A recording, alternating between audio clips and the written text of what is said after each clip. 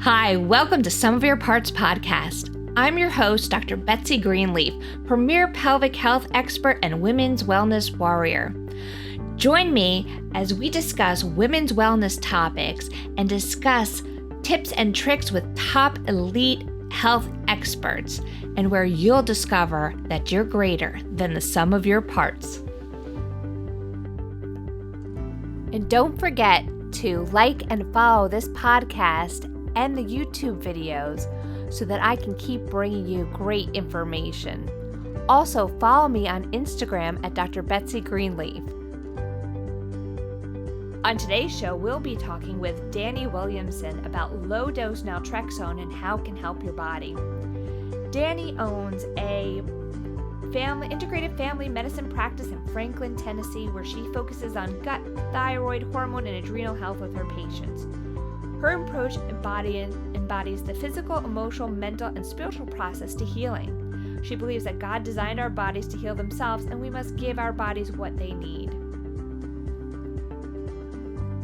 Dani encourages her patients to step out of the realm of normal and reach their optimal health. I'm very excited to be welcoming with us today and recorded in person on the scene with Dani Williamson. So I'd like to welcome with me today, Dani Williamson. Thank you, Dani, for joining me. Thank you. Oh my gosh, how fun is this? So Dani, tell me a little bit about what you do. Well, I'm a functional medicine nurse practitioner. I have a traditional allopathic training, graduated, went back to school at 40, got my degree in nurse midwifery and family practice. So I actually own a clinic, integrative family medicine in Franklin, Tennessee, and we really focus on autoimmune disease. The bulk of my practice are Hashimoto's thyroiditis patients. I got into that 10 years ago, just by chance, treating Hashimoto's patients. And now it's morphed into, of course, you know this, the longer you do things, the more complicated the patients get. And when they hear that, you're actually helping people heal from the inside out, so then we get into more complicated patients. But we really work on healing the gut, healing the body from the inside out. That's how we do it. It's interesting because we were actually talking earlier today, and you didn't start out your career in medicine. No. Which I always love people's background stories. So No, I was the only student. Number one, I was the oldest one in my class as a nurse practitioner. But I was the only one who had a degree, a master's degree at that. We didn't talk about that in fashion design. So I started the first 20-something years in fashion and lived here in New York City, worked for several years as a fit model in the industry, and then owned a maternity and children's store for 11 years, became the first certified doula in Western Kentucky.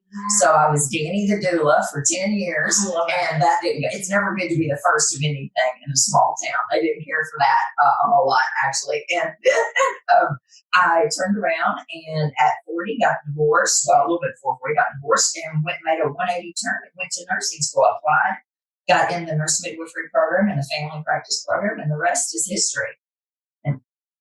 And what ended up getting you involved in the integrative medicine? Because we know from my training, and I'm sure your training, that there's not a lot of integrative, holistic background in traditional medicine. No, and especially in Nashville, Tennessee, where I practice. 10 years ago, for sure there wasn't. But really, a little quick on my story on that.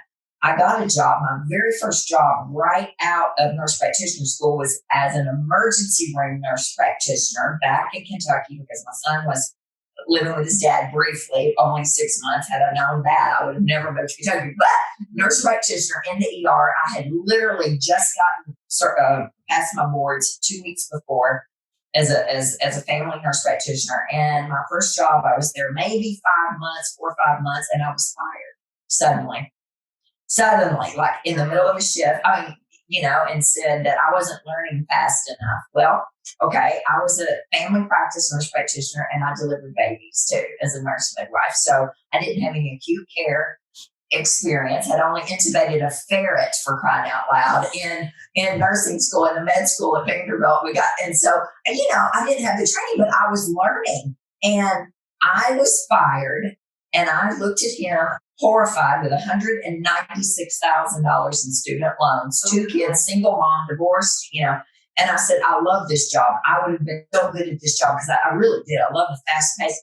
That doctor looked me square in the eye and he said, Dani, nobody loves this job. We only do it for the money. Oh, and I thought, you know what? Well, I immediately, that very day or the day before is when the Haiti earthquake happened. I went to Haiti for 3 weeks. wow. Delivered babies over there, worked in the ER there, worked with an ER doctor. And he said, and he knew my story. I told him my story. He said, you can come work in my ER anytime you want. If you can make it in Haiti for 21 days in the middle of the worst earthquake. And when I came back, I moved back to Nashville. I applied for jobs, tons and tons of jobs, and I happened to get a job with a doctor who saw the light, family practice MD, who saw the light 15 years before, that we weren't helping anybody. We were just treating and treating them. I got hired as a functional medicine nurse practitioner having 0 experience. So I went from the ER knowing nothing to this, and I spent the first 2 years just studying all night long, which it was the greatest thing that ever happened. He hired me, he mentored me for 5 years, and then I stepped out. I developed the women's health program there, and then I stepped out of the boat and opened my own practice 5 years ago, integrative family medicine. So it's grown from there. It's really been an amazing journey to have to unlearn $196,000 worth of education to put into practice to truly get to the root cause of a person's disease. And I tell patients every day, you weren't born with Hashimoto's or with lupus like me, or diabetes for the most part, most likely, or high blood pressure or high cholesterol. We turn those on through decades of dysfunction, decades. And what we turn on, I am living proof that you can turn on. And that's how I base my practice. I know, I agree. It's so amazing. Like, I think back I walked out of medical school thinking I knew everything. And the longer I practiced medicine, the more I realized that in traditional medicine that we don't really have a clue.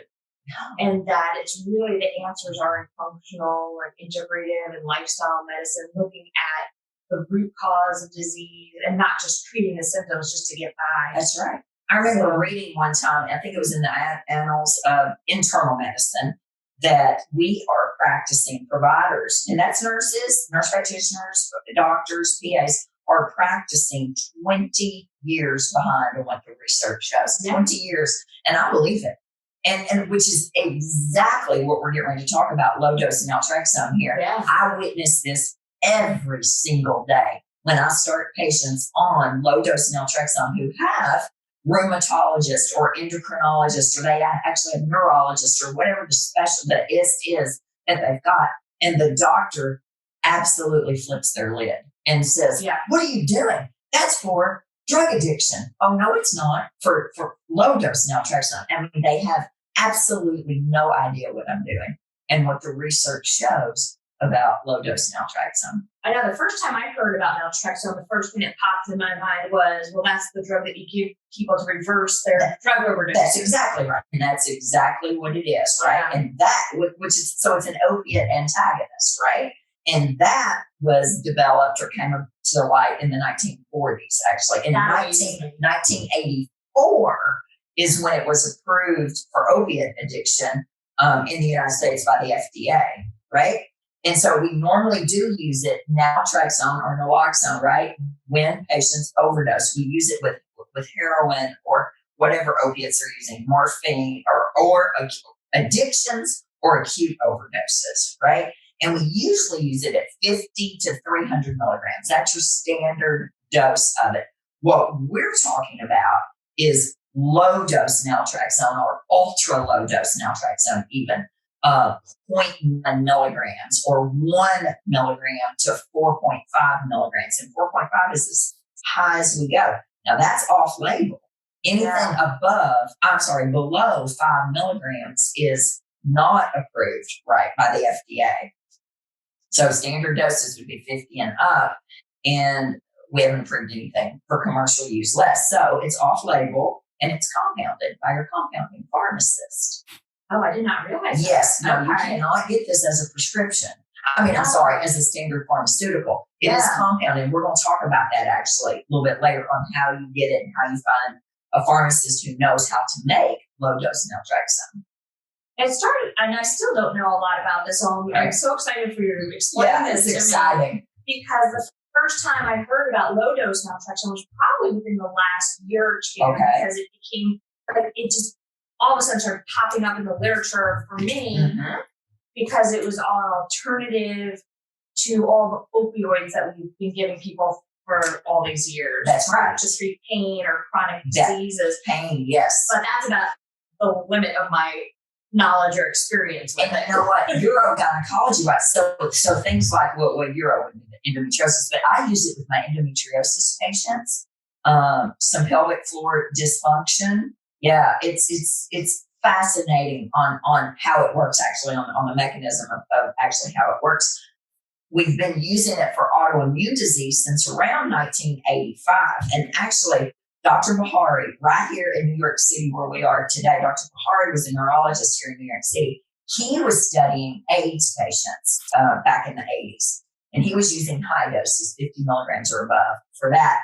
But he was tinkering around at one point with really low doses, and he discovered with low doses, anything below 4.5 milligrams, and 3 milligrams was what he was studying, that your endorphins were increased up to 300% the next day, 3 times more the next day, 300%, right? Your own endorphins. Your endogenous endorphins. And when your endorphins go up, your inflammation goes down, which is one of the mechanism of action for this right here. And what it does, it just significantly reduces your disease process and your inflammatory response. I've been on low dose naltrexone for 8 years. And it was really interesting. There was a registered nurse in Nashville, and she turned me on to it years ago. She asked me, probably 9 years ago, she said, why aren't you using low dose naltrexone for your Hashimoto's patients, which we'll talk about. And I said, well, I don't even know what low dose naltrexone is. Well, anyway, as I studied it, my primary care doctor started me on it 8 years ago for lupus, and it has absolutely helped tremendously with the pain and the inflammation. And what we believe, now there's all kinds of theories out here on the mechanism of action of low dose naltrexone. There's really 2 main ones that we'll talk about. It boosts the immune system, right? So it actively activates your body's own natural defenses. So what it does, it boosts the immune system by promoting T regulatory cell function. Okay. And we know that Tregs, which I, had totally forgotten about all this in school, honestly, they help keep the immune system balanced. They kind of keep a checks and balance on your immune system, right? And they keep it from kind of getting stuck in overdrive, your immune system. So when your Tregs are out of balance, that's when you get allergies many times and autoimmune disease and things like that. So what it does is it helps keep your Tregs into balance, tricks the body into thinking that it needs more opiate receptors. And when it does that, of course, your endorphins go up and the inflammation goes down. When it increases opiate production, it increases Treg cell function. It is it's fascinating. And I witness it every single day. Patients tell me how much better they feel. Do you know that autoimmune disease patients, we know endogenously have less opiate receptors? I did not know opiate production. Not necessarily receptors, but production.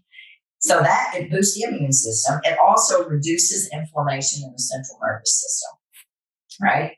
So we believe that inflammation in the central nervous system plays a role with diseases like fibromyalgia, depression, chronic pain. And as it decreases decreases the inflammation, it increases your toll-like receptors, which it blocks the toll-like receptors, in the white blood cell. And so when that happens, it decreases inflammation. And it blocks the cascade by blocking the receptors on the microglia cells. Fascinating. It is absolutely fascinating. Amazing. I wish I had known a lot more about this when I was dealing with some of my chronic pain patients. I know it has some anti-tumor effects as well. We're using it in cancer, which is pretty fascinating. And it downregulates inflammatory cytokines, which we talked about on the inflammation. It increases T cells and natural killer cells. It stimulates mucosal and tissue healing. It's been shown to directly inhibit tumor growth. And they're using that, like we said, in cancer studies right now. I had my best friend on it. She was diagnosed with MS when we were in our 40s. And we use it a lot with multiple sclerosis. So a lot of neurologists, really forward-thinking neurologists, use it with MS. It reduces the death of neurons. You know, I was thinking about like all the number of disease states that are out there that are the basis is inflammation. You bet it is. So if this is doing as much as it is, I mean, this could be almost a panacea. You bet. And, you know, and I tell patients every day, it's not 100% for everyone. There's not one thing for everyone. But I have never used, for sure, a prescription with patients that helps 90% of them, like low-dose naltrexone does. And it does. And I use it for a tremendous amount of my irritable bowel disease patients. Dr. Smith, Jill Smith, she's got Crohn's studies going on. She had a landmark study, and you can look that up on PubMed for Crohn's disease patients. So I have a gastroenterologist that I work really closely with in Nashville. There's only 2 that are really open, and both are women, which is fabulous. Yeah. And they're really open to me using low-dose naltrexone, excuse me, with their Crohn's patients, with their microscopic colitis patients. Excuse me. Stanford also has some research on fibromyalgia going on. Actually, there's close to 600 studies on PubMed on low-dose naltrexone. I just looked it up yesterday, like 560 something. I can't remember exactly what it is, but it works. The bottom line is it works. Is this something that people end up staying on long term, or do they eventually get off? Or Dr. Bahari, before he died, and there is a fabulous YouTube video of Dr. Bahari actually watching him interview. He said his wife, he was going to be on until he died, so I'm assuming he was on it. His wife has a strong family history of cancer. She was using it then before they even had studies on it, just for that, just because she has a huge family history of cancer and we know about it decreasing tumor growth. So that is amazing. That is really, it amazed me that, here was a drug that was being used for one thing. And just from someone playing around. Tinkering around. And that's what he talked about on the video. He said, I was tinkering around with it, trying to figure out, I know it works with inflammation in the body. What would it do at tiny doses? And I discovered that 3 milligrams is pretty well the dose for that. Now, I learned something. I didn't know this when I was studying for this. I didn't know that naltrexone, when we produce it for human consumption, it's a 50-50 mixture of levo and dextro naltrexone. I didn't know that, which are isomers, right? Levo naltrexone is the naloxone or the naltrexone, the 550 to 400 or 300 milligrams. That's the antagonist for the opiate endorphin receptors, right? So that's for the opiate receptors, which increases endorphin release, which we already talked about on the mechanism of action. Increased endorphins modulate the immune response, and then again, it reduces the speed of unwanted cells growing. That's the levo. And then dextro naltrexone, of course, this is when it's produced for human consumption, right? Is the antagonist for at least one, if not more, of the immune cells. So then it's suppressing cytokine production in the immune system, improving the immune system. So I didn't know a lot about dextro. Levo naltrexone. No, I didn't either. Antagonizes your toll-like receptor-mediated production of your NF-kappa B. We know it reduces inflammation and potentially down-regulating oncogenes. So with cancer. So that's fascinating. So once it's like with the levo and dextro, it's like the same. It's the same. I gotta remember how to explain this. This is my organic chemistry. I know, right? It's the same compound, but they're kind of like mirror images. They're arranged differently in shapes, because I had to look it all back up as well. So isomers or shapes, the same thing, right? It's the same number of atoms, but arranged in different shapes. Yeah. And that it's fascinating that they work differently on the body. They do. So you need to have a 50-50 mixture of these for the health That's right. The health For human benefits. That's right. For the health benefits.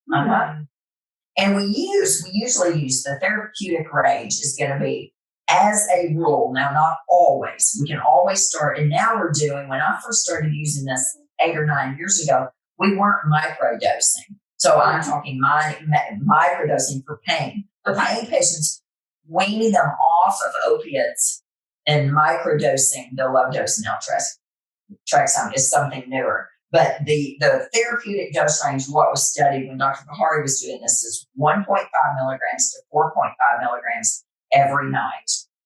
Okay? And the reason we do that at night is the body's production of the master hormones and the endorphins and all at night.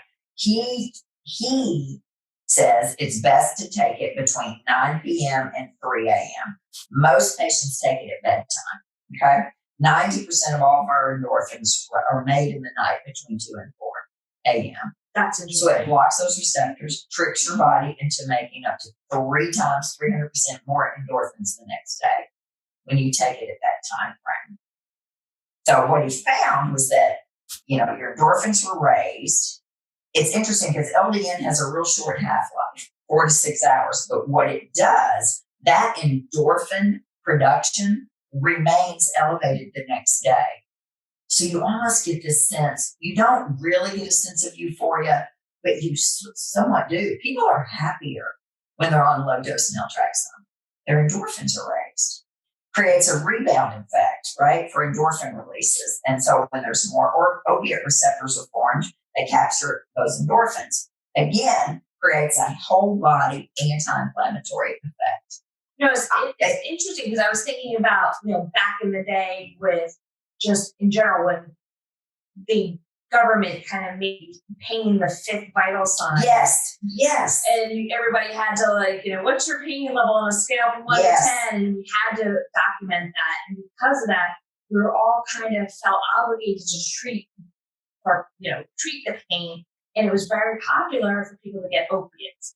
And we now know that the opiates actually affect your pain thermostat. Yes. So, and also chronically, it affects your happiness thermostat. So that's why you need to use more and more of these opiates, like Percocets and things like that, to get less pain or to feel, when people are using it addictively, to feel happier.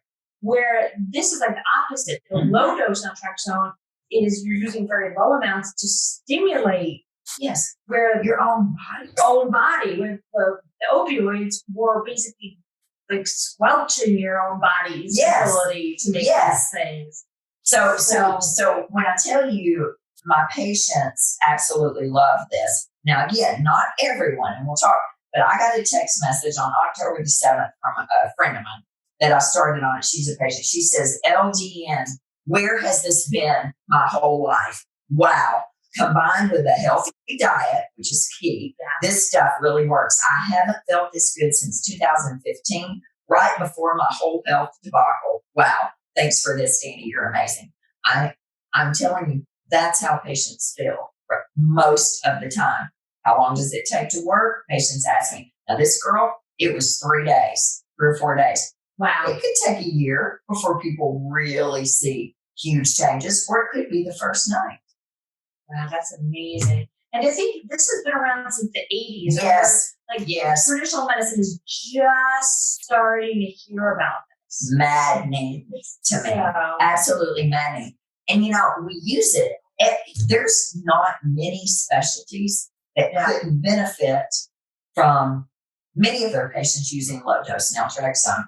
I use it with multiple sclerosis. I use it with chronic fatigue syndrome, Lyme disease. There's full documentaries and studies on Lyme disease out there. Graves' disease, Hashimoto's, CRPS, complex regional pain syndrome. Yes. Actually, my sister-in-law has that. I'm trying to get her started on that. And she's a traditional oncology nurse practitioner, and she's not real open to starting on this. Wow. And so I know, but I keep sending them articles. Parkinson's disease, vitiligo, so your autoimmune, irritable bowel disease, Crohn's, psoriasis. I have a patient, psoriasis. Now, again, this is combined with cutting out gluten, dairy, sugar. I mean, and really working on healing the gut. Psoriasis, 100% resolved. PCOS, endometriosis. You know, there's studies on fertility right now, and I'm really excited about that. I cannot think. There's a guy in Dublin, Dr. Phil Boyle. He's researching LDN with his fertility patients, and I'm really excited. I want to learn a lot about that. That's really interesting because we've seen that fertility has been on the rise in the last you few bet. years. You bet it has. So, and you can stay on this when you're pregnant and when you're nursing. So I don't manage them when they're pregnant. I do manage their thyroids, but the OBGYNs in town keep them on their low dose naltrexone, and they do beautifully. Wow, that's amazing. That is really amazing.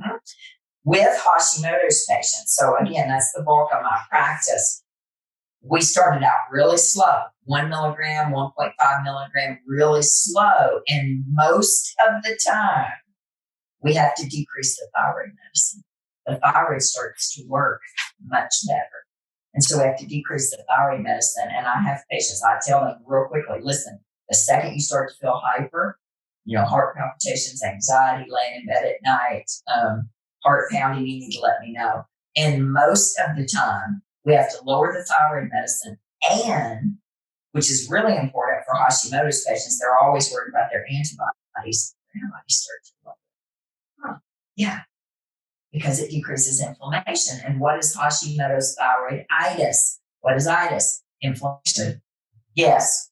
It's not a panacea. It is not the silver bullet for everybody, but it has so many, so few side effects, which we'll talk about, that why not give it a try? Why not educate yourself on it so you can start your patients on it? It's definitely another tool in the toolbox. You bet it is a tool in the toolbox. And it's compounded, like it's compounded from a compounding pharmacy. Okay. So you can't just go to Walgreens or CVS or Walmart and pick up your low dose naltrexone. It's compounded. I am very picky about who compounds my low dose naltrexone. Now, we have amazing compounding pharmacists in the area I live in, and I use them some, but there are really two nationwide that really probably do the bulk of the low dose naltrexone in the United States, Skips and Belmar. And I alternate between them both, but I trust them. I know that they know what they're doing. They're a huge part, both of these pharmacies are a huge part of the low dose naltrexone research trust, which is what I'm a part of. And I mean, they know what they're doing, and they do it well. And Skips, who actually owns Skips Pharmacy, he was diagnosed as a child with juvenile rheumatoid arthritis. So he's been on naltrexone for a long time, and he's really a wealth of information. Unfortunately, he just sold pharmacy, so he's not there anymore. But, you know, we start low and we go slow as a rule. So patients always say, well, Dani, how do we do it? And I've had a lot of doctors contact me. So if I write it, what do I do? I had a patient the other day, her doctor, he said, yeah, I'll write it for you. Not even thinking. He wrote her 50 milligrams. Ooh. He wrote her naltrexone. Yeah. And he said, well, cut it in half. Take 25. She was miserable. She reacted horribly. She had horrible side effects of it. She came to me. I said, no, we don't do that. It has to be compounded. Yeah, right. So we start low, and you start as a rule at 1.5 milligrams. Again, that's the beauty of compounding. You can do anything you want. You can start way lower. Usually 1.5 milligrams. I have my patients stay on that for 2 weeks. Okay. Maybe longer, maybe 2 weeks. Here's the beauty of it. And then you move up to 3 milligrams. Now, this is standard, 1.5 milligrams to 3 milligrams to 4.5 milligrams eventually. And that's the dose I'm on. But some people feel great. I tell my patients, okay, Betsy, if you feel amazing on 1.5 milligrams, then you don't bump up. More is not better with low dose naltrexone. Stay low and go slow. If you feel great at 1.5, there's no reason to bump up. If after 2 weeks you're like, I feel fine, I don't feel any different at all, Dani, then we bump up to 3.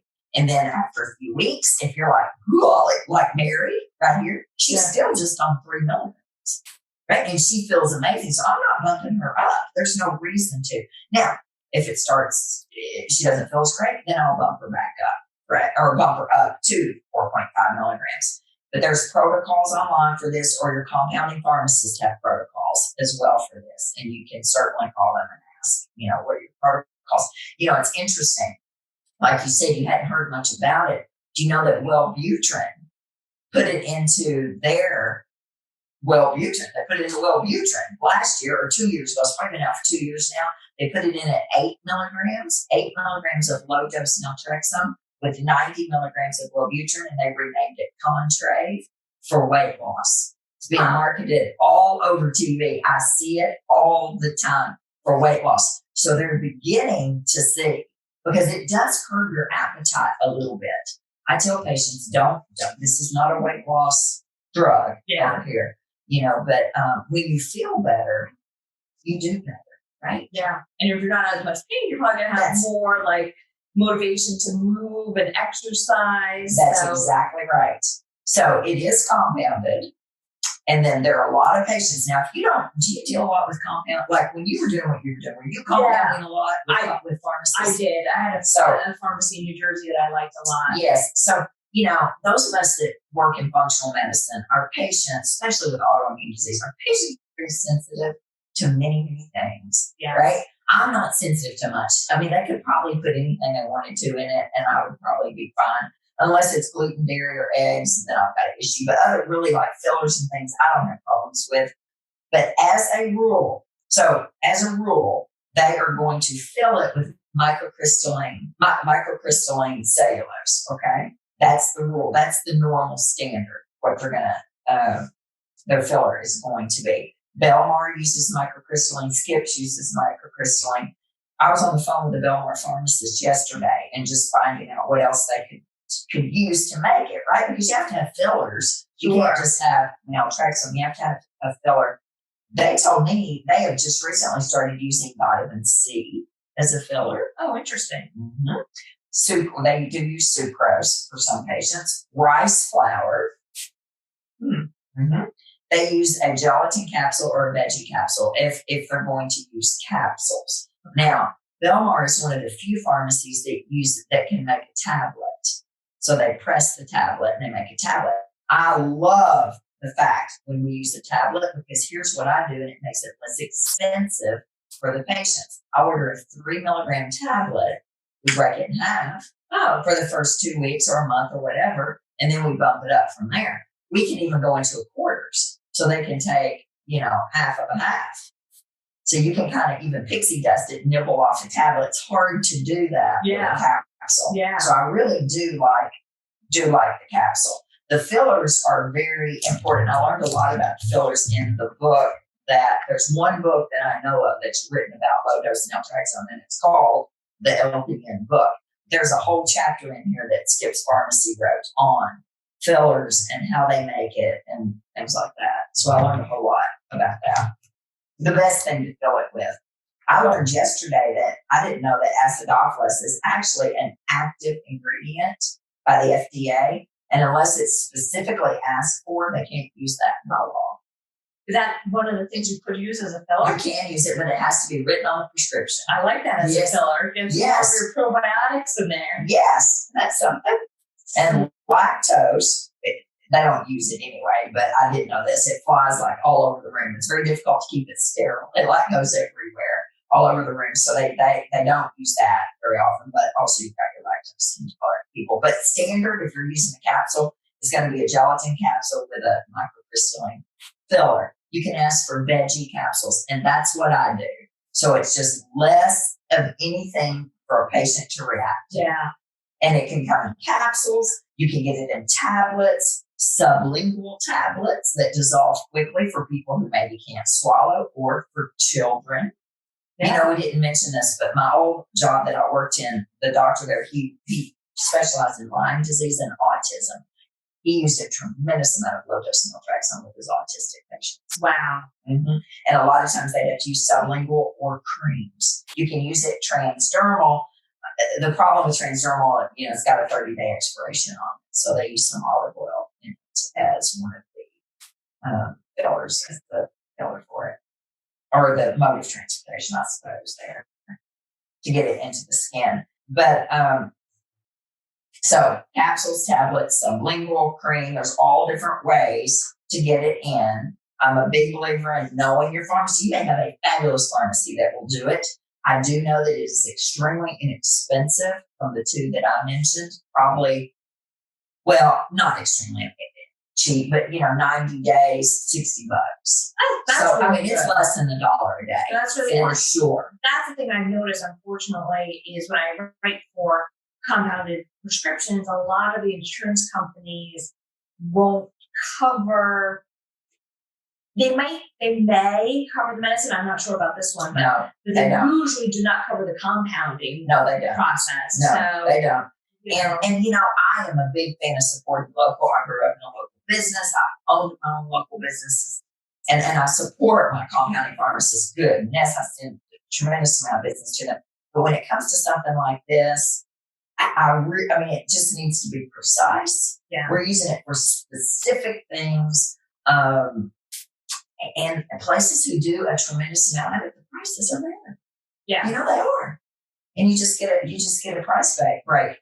So I'm a big fan of knowing your pharmacist on this and knowing what to tell patients what to expect, right? Are there many side effects? That's the beauty of this, is there are so few side effects with low dose naltrexone. Why not try it?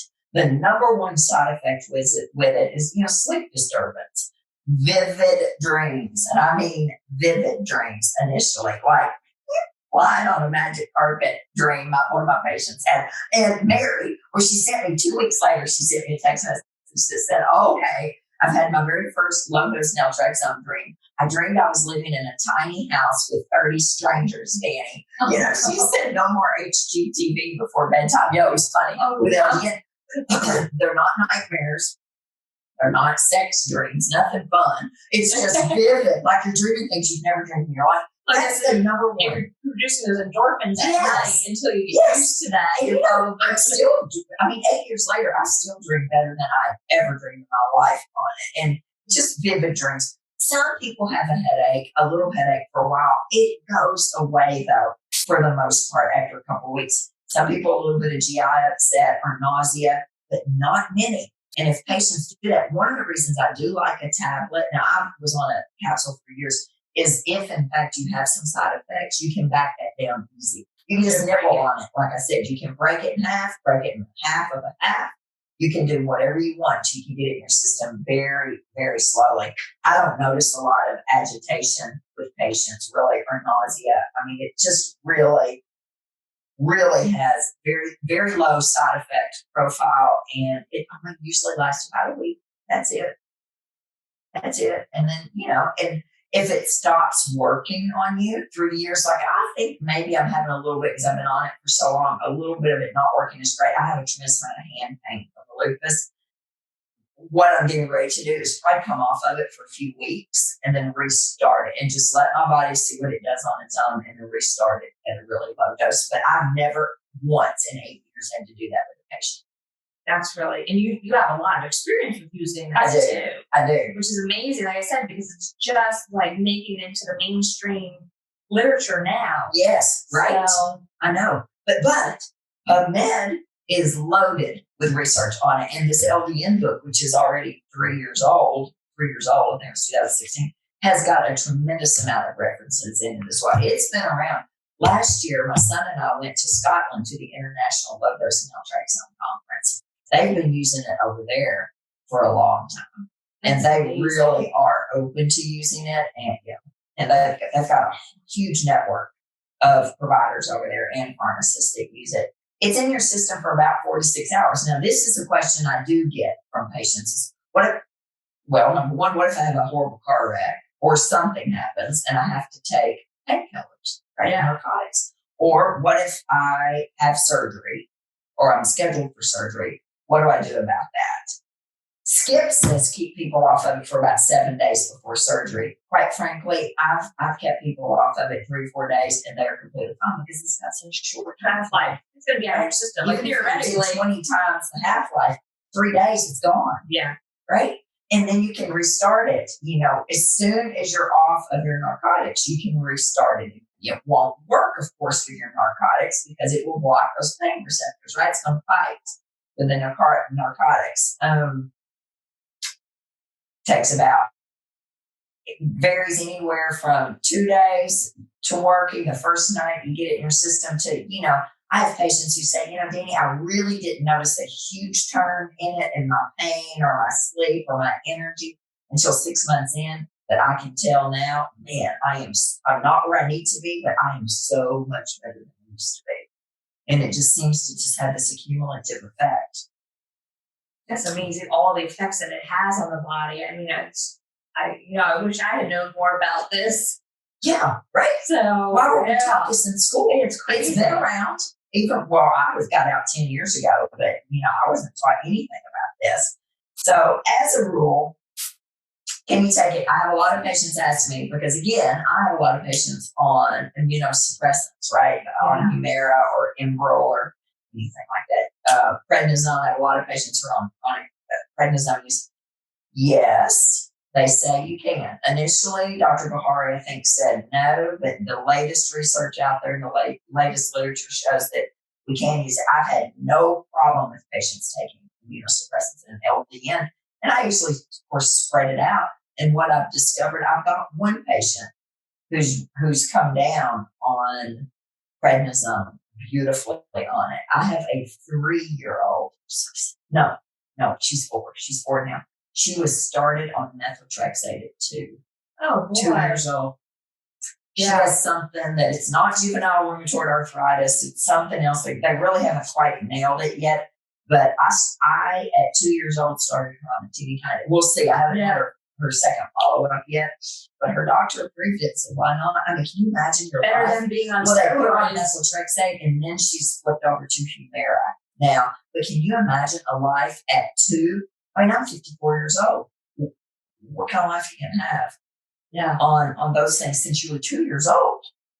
And it's funny because if you think about it, they put people on steroids a lot for pain and inflammation, but that decreases your immune system. So here we got something that's going to decrease your pain and your inflammation and strengthen your immune system. So why not use it? Yeah. So, and I was really concerned about it. And then I talked to somebody. She said, Dani, we use it when we're pregnant. We use it when we're nursing.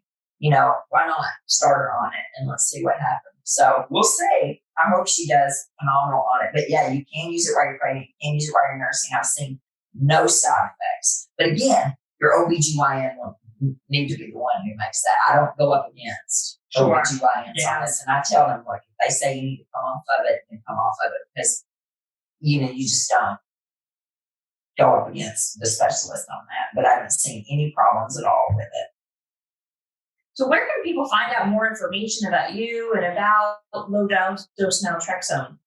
Low-dose naltrexone, I would, if you're a general lay person listening, low-dose naltrexone, there's Facebook groups, okay? So the Low-Dose Naltrexone Research Trust, LDN Research Trust.org is the website. Okay. And they have a list of providers in your state who prescribe low-dose naltrexone, which is fabulous. I looked there, so I'm the only one in my town. Now, I know there's other ones there, but I'm the only one that's actually listed on it. Yeah. So LDNResearchTrust.org, they are really the leader on, they have a tremendous amount of documentaries on their website. They do a conference every year. PubMed, if you're actually clinical, go to PubMed and read the literature.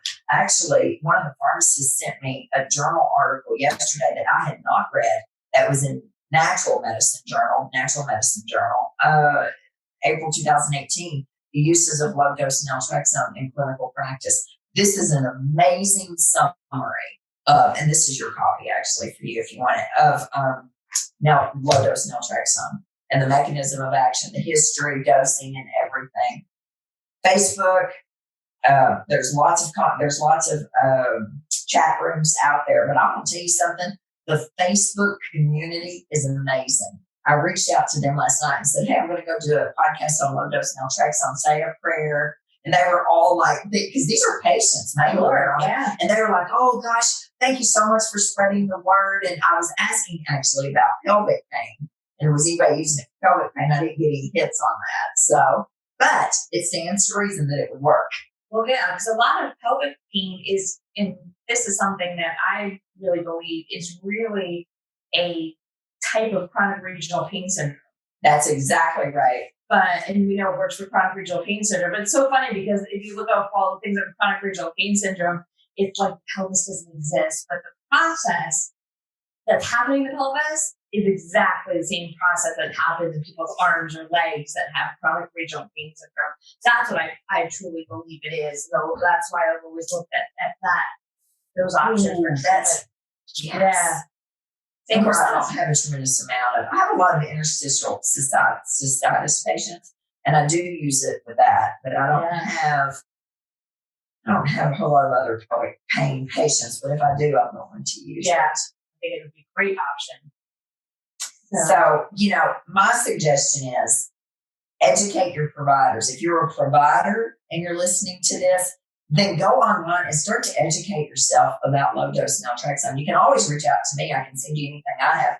Go on Amazon, order the LDN book. It is a wealth of knowledge. But there are so many documentaries online. It's unbelievable. And just be willing and open to learning something new. Dr. Eldridge Taylor, I don't know if you know who he is, but he's an older now GYN. And he was the absolute first functional medicine workshop I ever went to that Dr. Cal sent me to when I first started. And he said to me, he knew it was my first conference. He said, Dani, you're stepping out of the boat. You're stepping out of the box. He said, and you are going to find that doctors, and he's a doctor, so he could say this. Yeah. I don't say this often because I'm not a doctor. Doctors are down on things they're not up on. Yes. And he said, you're going to run up against trouble and backlash and pushback all through the years, the decades, because whatever they don't know, they're going to poo-poo. I agree. And I have seen it across it with low-dose naltrexone time and time and time again. Thank goodness the rheumatologist in town, because there's a couple of really great rheumatologists that most of my patients see, they're completely fine with it. And they're like, yeah, whatever she wants to do, let her do it. And neurologists aren't quite on board yet, but for MS, oh my goodness, it's one of the best things you can do for MS combined with healing the gut. I think it's tough. You said how far behind traditional medicine is. And, one of the things I've seen is that for something to be like evidence-based, even though there's tons of articles. That's right. But still, it takes, forever for some people to start kind of like accepting these treatments. Well, here's what I tell my patients every day, because they come in crying. Yeah, I mean, it's just like with hormones and things. We can get into the whole thing, and we'll talk about that later. But, Dani, why are they so against this? Why? My doctor told me that gluten does not make a difference with my inflammation at all, or my joint pain, and my diet doesn't matter. I said, listen, here's the thing. We weren't taught this, right? They don't know. They don't have the time. And I believe this. They don't have the time because my friends who are practicing traditional allopathic medicine that we were taught are seeing 40 plus patients a day. Oh, yeah, many times. I see 8 to 10. If I see over 10, it's a stressful day. I like really stressful for me. And sometimes there's over 10 here, especially at the end of the year. But 8 patients is my ideal day right there. I've got an hour and a half with new patients, and we probably will move that up to 2 hours because you have to dig so deep in their history. They don't have time. They are reading a study that their hypertension med rep walks in with and says, here's our latest study on blah, blah, blah, right? And that's what they're reading. They're not on PubMed at night like I am, like a functional medicine provider is digging around saying, what's out there about LDN, or what's out there about ashwagandha, or what's out there about whatever, ginkgo. Yeah. They don't have the time to do it. And I don't fault them for that. Although I do, because you know what? If you don't like what you're doing, just like that ER doc who fired me and said, nobody does this job for the money, or because they love it, they do it for the money. You're in the wrong field. Yeah. Get out. Exactly. Get out. If you don't like what you're doing, get out. Make a turn. I was blessed. I was forced out because I know I would still be doing that because you know what? The money was amazing. Oh, yeah. Yeah, I'd still be doing it. Now, I loved it. I may have been burned out 10 years now down the road. But if you don't like what you're doing, if you're miserable, then make a change. Yeah. Step out of the boat and realize that there's a better way to do this. And these patients were not born with these conditions. Yeah. No, I totally agree with you. I think that's one of the problems with medicine today is that it's like a factory. Bet it is. You know, that was what happened in my last job. It's so miserable. I wouldn't have stopped on my own if it wasn't my body stopping me. Right. But I had administrators telling me, see more patients, spend less time, see more patients, spend less time. And it was so hard because I didn't agree with it. And so they were still jamming packed my schedule, but I would still take the time, and I wasn't finishing until 8, 9 o'clock at night. And then I was getting in trouble for being in the office too late. I'm like, you guys gotta be kidding me. These are people I'm treating, not an assembly line, manufacturer, like going next. But yeah, I think that's one of the problems with traditional medicine in our system now is it's too rushed, and I know it is. Doctors getting burnt out, patients aren't getting the care that they need. And everything that we ask our patients to do as functional medicine providers, we have to do that too. We have to set boundaries, and we have to take care of ourselves, and we have to put ourselves first, like what we were talking about today at breakfast. Yeah. That, the moment you start to put yourself first, people buck up on you. Yeah. Right? And there's blowback from that. And then we feel guilty, especially as women, right? Yeah. And who says we don't deserve to be first? Jesus says you are worthy to be 100%, right? You're worthy to be. And the second I tell women that and look them in the eye, they just burst out crying, Yeah. And I'm like, today's the day that you're going to put your oxygen mask on. And there's a reason you put it on first, right? It's not to save everybody else, it's to save yourself. And when you save yourself, everyone else benefits. Yeah, then you can help other people. You bet you can. You bet you can. And as women, we set the tone for that entire household. Yeah. And the bulk of my practice is women. Now I've probably got 10% men. I love it when there's a man in there because they're very compliant. They don't argue with me about things, right? Sure. They do it. Whatever I ask them to do, they do it. They come back 40 pounds lighter. Like, what'd you do? They're like, what everything you listed on this list to do, right? But, as women, we're overworked, we're overstressed, we're not taking care of ourselves, and, we're creating disease in our bodies. And our bodies, what we turn on, we can turn off. And low dose naltrexone is just a tool in your toolbox to help decrease the inflammation, help you sleep at night. When you sleep better, your body begins to heal. Sure. Oh, definitely. Again, it's not the end all be all, but it really is something that's inexpensive. It's not that complicated to write. It's not difficult to use, and it works beautifully. So why wouldn't you do that? Especially if you're a provider, why wouldn't you offer that to your patients? If you are a patient, learn about it, educate yourself, go ask a provider. And here's the thing. If your provider says no, well, let me tell you something, people. We work for you as providers. You are our boss. And if you don't like, is that right? Yeah. And if you don't like me, the employee, then you get rid of me and you find another one. I tell patients that every day. I don't think they realize you can fire your doctor. You can fire your nurse practitioner. You can fire your physician's assistant. Yeah. If I'm not working out for you, then find somebody that suits you. I agree. I've had patients complain about their primaries or whatever doctors, and they said they don't feel like they're listening to them, and they feel bad about going to them. And I'm like, don't feel bad. You need to go. I said, not everybody's going to mesh. No. So find that provider that you mesh with. That's right. So, number one, most likely that provider is never going to know you left, because when you send those record requests in, that's not them ever sending those out. That's the assistant or whomever, the office girl doing that whoever does that for you. And they never know you even left. And they're so busy, they don't miss you. That's not personal. They just don't know it. Right? Exactly. Because there's somebody else to take your spot there who is okay being treated like cattle. But I am telling you right now, fire somebody if they're not working for you. Find somebody who's going to help you walk this health journey with you. Yeah. Ideally, you don't have to have a wounded provider over there. But I always tell patients kind of the wounded healer is the best healer, who's gone through some stuff in their life. Sure. And they know that your body's designed to heal itself. Exactly. Exactly.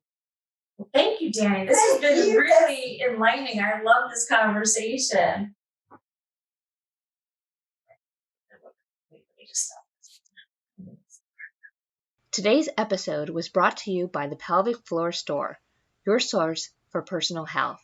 You can find us at www.pelvicfloorstore.com. For more information on today's episode and women's wellness, please go to Dr. Betsy Green. That's it.